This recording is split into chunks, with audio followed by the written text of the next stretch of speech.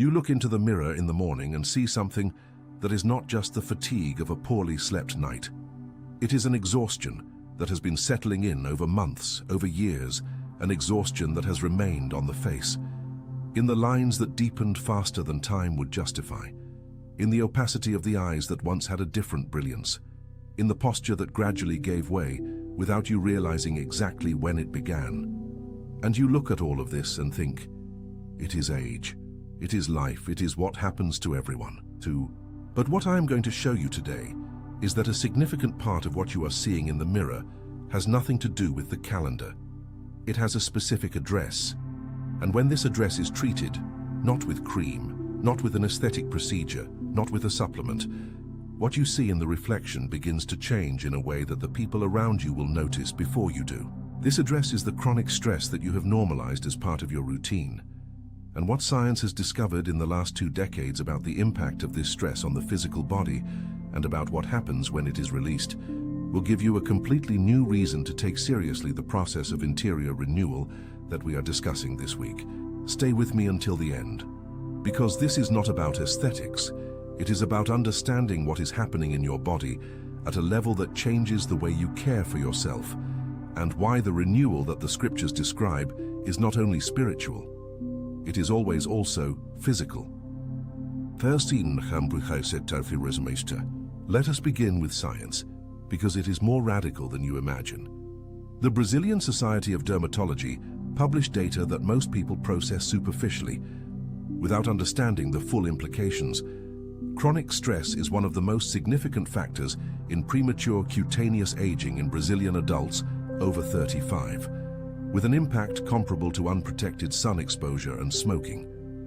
We are not talking about acute stress, the kind that lasts hours or days. We are talking about background stress, the kind you learn to ignore because it is always there, because it became part of the landscape. Attention, you need to prepare now. I put together an exclusive resource for those who feel set apart for something greater, but live surrounded by noise, distractions, and mental overload. This is a 30-day journey that will transform your life, a guided path to armor your mind and prepare for what's coming, with daily practices of focus, boundaries, and discipline. Stop negotiating with the noise. Learn to spot distractions before they control you and strengthen your mind. Also available in an immersive audio version. Over 10,000 readers have already transformed their lives through the 30-day journey. Thousands of people have already started this transformation. People like you, who were tired of living in the fog. Ordinary people who decided to stop accepting mental chaos. Take advantage of this limited time offer only this month. Access your link just below in the pinned comment. The mechanism is direct. When the body experiences chronic stress, it maintains elevated levels of cortisol, the hormone that the autonomic nervous system releases as a response to a threat. Cortisol in acute doses is useful. It mobilizes energy, sharpens attention, prepares the body for a response. But chronically elevated cortisol has effects that dermatologists and endocrinologists document with increasing precision. It degrades collagen, reduces the regenerative capacity of skin cells, interferes with the sleep cycle, which is when most cellular regeneration occurs, and produces a low-grade systemic inflammatory state that accelerates biological markers of aging. Researchers at the São Paulo State University, UNESP, in studies on biomarkers of stress and cellular aging in urban Brazilian populations, identified that adults who presented indicators of chronic stress, even without a clinical disorder diagnosis, showed accelerated shortening of telomeres, the structures that protect the genetic material of cells and function as the biological clock of cellular aging. The shortening of telomeres is today one of the most studied markers of biological aging, and it does not follow the calendar. It follows the load that the organism carries. In simple terms, chronic stress ages the body at a greater speed than the passing years. And what appears on the face is not just time, it is unprocessed load accumulated in living tissue. Researchers from Johns Hopkins in the Mind-Body Medicine program documented the inverse phenomenon with the same precision. When the chronic stress load is consistently reduced, not eliminated because that does not exist, but reduced and processed, biological markers of aging respond. Inflammatory levels drop. Sleep quality improves, and with it, nocturnal cellular regeneration. Posture changes, because the chronic muscle tension that stress maintains in the muscles of the neck, shoulders, and facial expression begins to be released. And the face responds to this release in a way that people around perceive before the individual themselves. It is not an aesthetic miracle. It is physiology functioning in the correct direction. If you are not yet subscribed to this channel, subscribe now. Because what we are building here, this integrated vision of who you are, of what is happening in your body, and of where you are going, is not isolated content. It is a work that gains full meaning in continuity.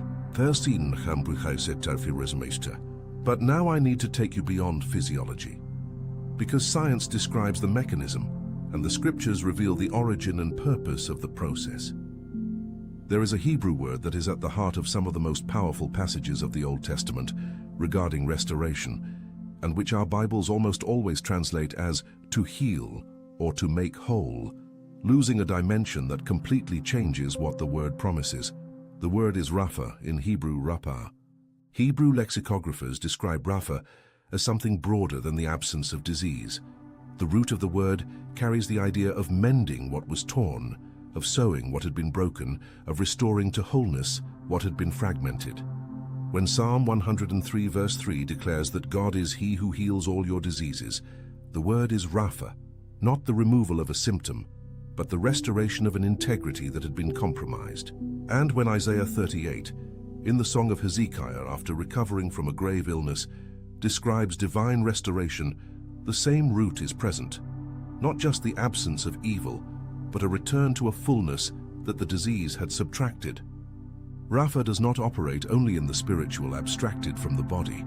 It operates in the whole being, because, as we saw in the April 10th episode, the neshama, the divine breath that inhabits every person, is not separate from the body. It penetrates it. And when Rapha is activated, it runs through the entire being, including what is visible in the mirror. And there is a figure in the Gospel of Luke, whose story is the most precise illustration of this process that I know in the entire Bible. She has no name in the text, only a clinical datum. 12 years with a flow of blood that no doctor had been able to contain. 12 years of a condition that, in first-century culture, rendered the woman ritually unclean, which meant almost total social isolation. She could not touch anyone without making them unclean according to the law. She could not participate in normal community life. For 12 years, she had lived in a kind of forced quarantine from social, religious, and relational life. The text of Luke says she had spent all she had on doctors, and that she had not improved but rather grew worse. Think of the load that 12 years like this deposit upon a body. Not just the disease itself, but the isolation, the exclusion, the sensation of being unclean, unwanted, untouchable, of wasting resources and not improving, of seeing every specific hope fail. 12 years of chronic stress of the deepest kind, relational, identity-based, spiritual, accumulated in living tissue. And then she heard about Jesus. The text says she approached from behind in the crowd and touched the hem of his garment. Only the hem. The minimum physical contact possible, that of someone who knows they should not be there, who has internalized for 12 years the message that their presence contaminates. She did not ask for an audience. She did not announce herself. She touched and retreated. And the text records two things that happened simultaneously in verses 44 and 45 of Luke 8. She felt in her body that she had been healed, and Jesus perceived that power had gone out from him. In Greek, the word used for healed is iaumai, iaume, which describes complete restoration, not just symptom relief. And the word used for what Jesus perceived had gone out is dynamis, the same dunamis that we explored in the April 8th episode. Inherent power, capacity that operates from the inside out. Jesus turned in the crowd and asked who had touched him, and the woman who had tried to pass invisible approached trembling and told everything. In the presence of all the people, the text says, the reason why she had touched him and how she had been healed immediately. She who had lived 12 years hiding, she who had learned that her presence was a problem, standing before all the people, telling the whole story. And Jesus responded with a phrase that has two parts that are rarely read together. "Daughter, your faith has saved you. Go in peace." The first part, "your faith has saved you," uses the Greek verb sozo to save, preserve, restore to wholeness, the same word used for eternal salvation and for physical healing, because in the Greek thought of the New Testament, the two are not separate categories. The second part, "go in peace," in Greek is poriou eis irenen, literally, walk inside peace. Not, may peace accompany you. Walk inside it, inhabit it. It is the space where you now move. 12 years of load upon the body, released in a touch. And what Jesus called to reveal itself after the healing was not the woman's silent gratitude.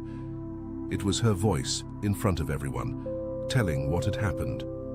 As if the physical restoration were not complete without the restoration of her public presence, without her occupying the space that had been denied to her for 12 years. Rapha did not restore only the clinical condition. It restored the posture, the voice, the presence, the totality of the being that isolation had compromised. Like this video now, it is not protocol. It is the signal that this type of reading of the scriptures has value for you, and that you want to continue receiving content that goes beyond the superficial. There is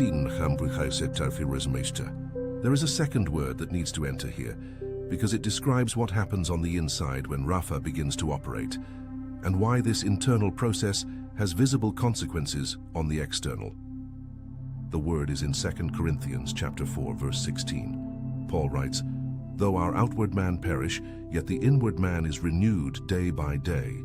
The word translated as "is renewed" is anakainu, in Greek anakenoo, and it does not describe a restoration to a previous state, as if the objective were to go back to being who you were before the battles. It describes the creation of something entirely new from within. Ana signifies movement from the bottom up, from the inside out. Kaino comes from kainos, which in Greek is not chronological novelty, the novelty of something that has not yet had enough time to age.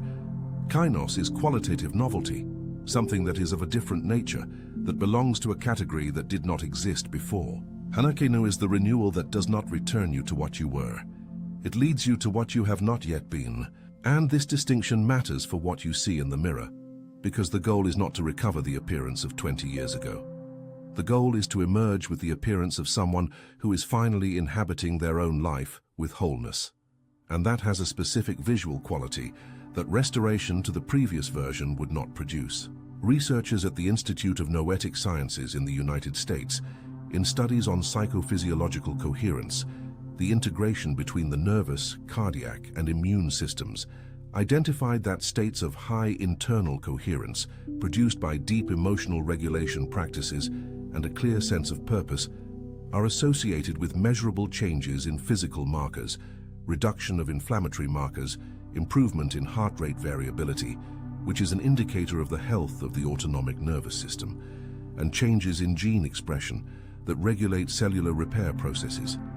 In other words, when your interior reaches states of coherence, when the chronic stress load begins to be processed and released, your biological body receives the signal that it can begin to work toward restoration instead of spending all its energy on threat management. This is a nakainu in neuroscientific language. But now I need to enter a territory that few spiritual approaches touch with enough honesty, and which is essential so that what we are discussing here does not become just another beautiful promise that does not land in daily reality. The fatigue you carry on your face has an inventory. It has specific items, and the renewal that Paul describes, that the woman with the hemorrhage experienced, that the scriptures repeatedly announce, is not a vague and diffuse renewal that happens regardless of what you do with that inventory. It is active. It requires that you identify what is being carried and begin the process of letting go. Data Foller, in research on sources of chronic stress in the Brazilian population over 35, identified 3 categories that consistently appear at the top of the list: long-term financial concerns, unresolved relational conflicts, especially in the family of origin and in marital relationships, and what researchers describe as responsibility overload, the sensation of being the sole emotional or practical support of a system that depends on you without you having equivalent support. These three types of load have something in common. They are chronic by nature. They are not problems that are solved in an afternoon. They are structures that settled in over time and that the body learned to carry as landscape, which means that the autonomic nervous system processes them as a permanent low-grade threat, keeping the stress axis activated continuously. And there is a fourth element that rarely appears on the lists, but that the psychology of somatic stress identifies as particularly significant for this age group in Brazil: the load of not having lived the grief of intermediate losses. I'm not talking only about death. I'm talking about losses that have no social ritual of mourning, the relationship that ended without ceremony, the career that was different from what you had projected, the version of family you imagined, and that did not materialize, the health that changed without warning. These losses remain in the body unprocessed, because the culture did not give them the space for lamentation that legitimate grief requires. It is exactly at this point that a third biblical figure enters this episode with a precision that will illuminate what the process of renewal requires in practice. Solomon, in the book of Proverbs, chapter 17, verse 22, writes something that the physicians of antiquity would have recognized as a clinical observation, and that contemporary medicine confirms with data. A merry heart doeth good like a medicine, but a broken spirit drieth the bones. The Hebrew word used for merry in this construction is samiach shamha, which does not describe superficial euphoria or performative positivity. Hebrew lexicographers describe it as a joy that has substance, that is founded on something real, which is the opposite not of emotional sadness but of existential weight, the broken spirit of the second half of the verse. And the expression drieth the bones in Hebrew teabesh gerim is not a poetic metaphor in the context of ancient Hebrew thought. Mesopotamian and Hebrew medicine located the center of physical vitality in the bones. The marrow was understood as the core of the body's strength. Drying the bones described the process of deterioration that began at the center and expanded outward. What Solomon is describing, with the medical language available in his time, is the same phenomenon that contemporary psychoneuroimmunology documents. The chronic internal state has physical effects that begin in the deepest systems of the organism and manifest on the surface. The same-match heart, light, grounded, genuinely relieved of loads that were released, is a good medicine. It does not replace the doctor. It does not eliminate the need for physical care, but it operates as a restorative force that no external product has access to reproduce, because it comes from a source that is within the being. And there is a clinical datum that sustains Solomon's observation in a way that deserves to be said out loud. Researchers from Fiocruz, in longitudinal studies on health and aging in Brazilian populations, identified that the subjective sense of emotional well-being, not wealth, not the absence of problems, but the perception that life has meaning and that the present is inhabitable, is one of the most robust predictors of biological health markers in adults over 50, including markers that correlate with physical appearance, sleep quality, cellular hydration, inflammatory response, posture, and mobility. The same-match heart is not the result of perfect circumstances. It is the product of a process of release, of loads, of ungrieved losses, of expectations that were never yours, of versions of yourself that you continued carrying after the context that required them had already passed. Now what the process of anakenu, of qualitative renewal from the inside out, requires in a practical way.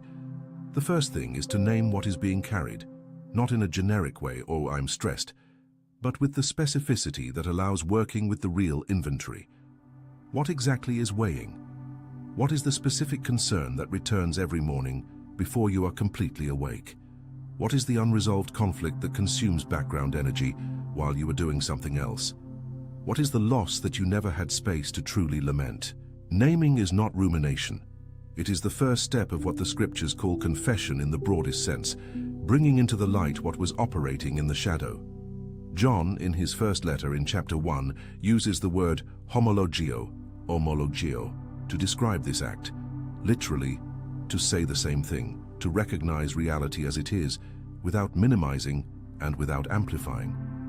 The act of naming with precision what is being carried removes from that weight the power it has when it operates in a diffuse and unidentified way. The second thing is to distinguish what is in your hands from what is not. This distinction is where a good part of the chronic load resides. Concern for what you do not control consumes the same energy as the resolution of what you do control, but without any result because the object of the concern is beyond the reach of your action. Sebre, in research on the emotional health of Brazilian entrepreneurs and managers, identified that the inability to distinguish what is manageable from what is not, and to let go of the second without guilt, is one of the main generators of chronic exhaustion in the productive Brazilian age group, regardless of the sector of activity. The batach that we explored in the April 11th episode, the throwing of one's own weight upon something that sustains, is the spiritual operation that corresponds to this practical distinction. You do not let go of what is not in your hands out of naivety or irresponsibility. You let go because you recognize that carrying what cannot be controlled does not resolve it. It only depletes the resources that could be directed toward what can. The third thing, and this is the one the mirror responds to most quickly, is the regularity of real rest. Not the absence of activity, but rest that has the quality of restoration. Sleep at a consistent time, periods of silence without stimulus, moments of contemplation that are not productive by definition, but that the autonomic nervous system uses to transition from the state of chronic alert to the state of regeneration. Psalm 23 describes the experience of divine restoration with an image that combines the two elements. He maketh me to lie down in green pastures, he leadeth me beside the still waters. He restoreth my soul. In Hebrew, the word translated as restoreth is shub, which literally means he will cause to return. Not creating again from scratch, causing to return to what was available before the depletion. Genuine rest, in the view of the scriptures, is not passivity. It is the process by which what was spent by fatigue returns to the original state of availability. In the comments below this video, write the word renewed, not as a declaration about what you already completely are, but as a declaration of direction, that you are in the process of anakai nu, of qualitative renewal from the inside out, that the inventory of chronic load is being looked at with honesty and is being released thread by thread. Write renewed and notice what moves in you as you write. Now I need to show you what the woman with the hemorrhage and Solomon's declaration have in common that is rarely said. Both are describing a phenomenon that does not have a single and dramatically visible moment. The woman experienced healing in an instant, but 12 years of isolation do not reorganize themselves in a day. The integrity of the whole being, which Jesus called for when he asked her to tell the story in public, is the process that continues after the instant. The same atch of the heart that Solomon describes is not the result of an event. It is the product of a pattern cultivated over time. What will change in the mirror will not change in one morning. It will change over weeks and months of a process that begins when you stop treating your internal state as an irrelevant landscape and begin to treat it as the most determining factor of your physical state. When you begin to name what is being carried, when you begin to grieve the losses that had no space, when you begin to distinguish what is in your hands from what is not, and to let go of the second without guilt. The Brazilian Society of Dermatology documents that some of the most significant changes in appearance that its members observe in patients do not come from procedures, they come from changes in sleep, from the reduction of inflammatory markers, from the release of chronic muscle tension, from eyes that changed because the internal state changed, and these changes happen in a horizon of weeks to months, not decades. The anakainu that Paul describes operates day by day, not year by year, not decade by decade. Day by day, because each day of internal renewal has a cumulative effect in a process that has no finish line, but that has progressive evidence that you begin to see in the reflection before you have the vocabulary to name exactly what changed. Activate the notification bell now. Because in the next video we are going to close this week in a way that will consolidate everything that has been built since April 8th, and that will deliver something concrete for you to take into the coming months. Do not be left out of this closing. Before I leave you, I want you to do one thing that seems simple but has an effect you will notice. In the coming days, when you look into the mirror in the morning, change the question. Instead of "How am I looking?" ask, "What am I still carrying that no longer needs to be mine?" It is not a rhetorical question, it is an inventory. And each item that you can name in that question is an item that can begin to be processed by Batash, by adequate grief, by the support of someone trustworthy, by the prayer that pours out instead of presenting, by the rest that restores instead of just pausing. The woman with the hemorrhage carried 12 years in a body that the stress of isolation had marked. And when contact with Rafa arrived, the text does not say she gradually improved. It says that immediately, parakrima in Greek, at that very moment, the flow dried up. I am not naive regarding the rarity of such experiences, and I am not promising that your process will have that speed. But I am telling you that the direction is real, the mechanism is documented, and what God activated in that woman is available as a restorative force. In the process you are already living. Hanakainu does not depend on you having everything resolved before beginning. It begins on the day you stop treating your interior as a secondary variable and begin to recognize it as the territory where everything else finds its point of origin. What you see in the mirror is a consequence. The cause has an address, and that address is within reach of a renewal that begins today, day by day, thread by thread, layer by layer, until the reflection shows not the version of you that existed before the battles, but the version that emerged through them with a quality of presence that the before could never have produced. If this video reached where it needed to, share it with someone who is seeing in the mirror something that goes beyond age, someone who needs to understand that what they are seeing has an address and that this address can be treated.